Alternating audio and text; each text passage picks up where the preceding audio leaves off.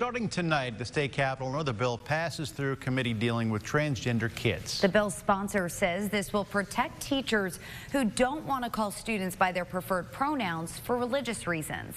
Andrew Epperson joining us now live in Little Rock, of course, at the Capitol. Andrew, just exactly what does this bill do? Bob Law, it's being called the Given Name Act, and it would essentially allow students and teachers in public schools to refuse to use trans students' preferred pronouns.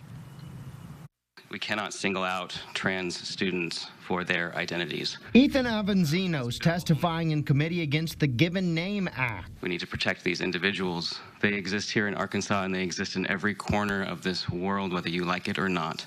The bill would prohibit public schools from requiring teachers and students to use trans kids' preferred pronouns. When Avanzino was in school, he presented as a woman, his gender assigned at birth. I knew who I was back then, and these trans kids know who they are.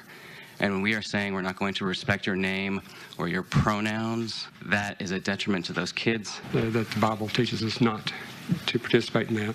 It just basically protects me or a teacher that feels that way. And Republican State Rep Wayne Long's the bill's primary sponsor. He says some teachers don't want to use students' preferred pronouns for religious reasons. she actually is in fear of losing her job because she can't, in good conscience, participate in calling a child by the preferred pronoun. Long says he's not aware of schools forcing teachers to do this by policy. This doesn't infringe upon any child's right to be called by a different name. It just basically doesn't require other people to participate. The bill passed through committee Tuesday. Say aye. Aye. Oppose nay. And Avanzino says he wonders why this logic isn't applied to students who use nicknames. We can just talk about a kid named Robert wanting to be called Bob.